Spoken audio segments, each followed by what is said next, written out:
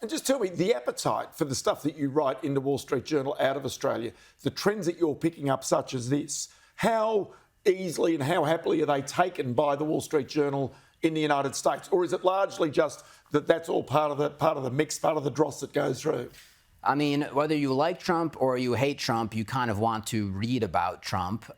So I think our coverage about the Australian election and the Trump factor was well received by our readers. And I think there's interest about how Trump is affecting these countries all over the world. And Australia is a key U.S. ally. So I think there is interest in how this is all going to play out here.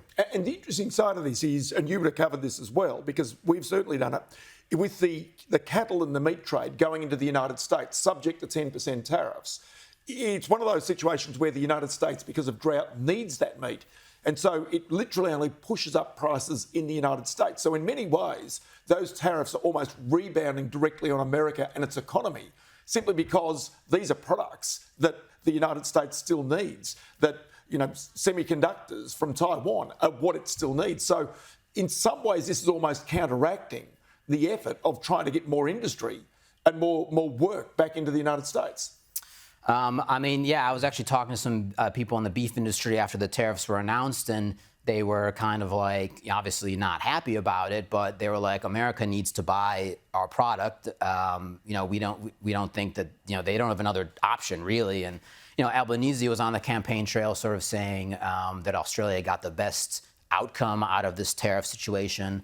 So I don't know. I guess it's a bit early to say if Trump's tariff strategy is going to work, but we'll just see what happens. Okay, so the world is swinging left, which is what you're broadly saying in reaction to Donald Trump.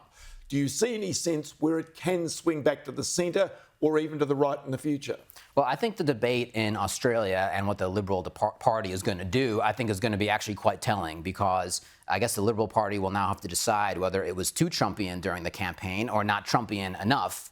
I think if they decide that they were not Trumpian enough, perhaps that sends a signal that there is an appetite for, more conservative type politics along the Trump vein. If they decide that, they were too Trumpian, then then maybe that's a way to go forward. So I don't really know how it's going to play out, but it'll be interesting to watch. That'll be the politics of the Liberal Party in the very near future. Mike Cherney, many thanks for your time on the program today. Great to be here. Thank you.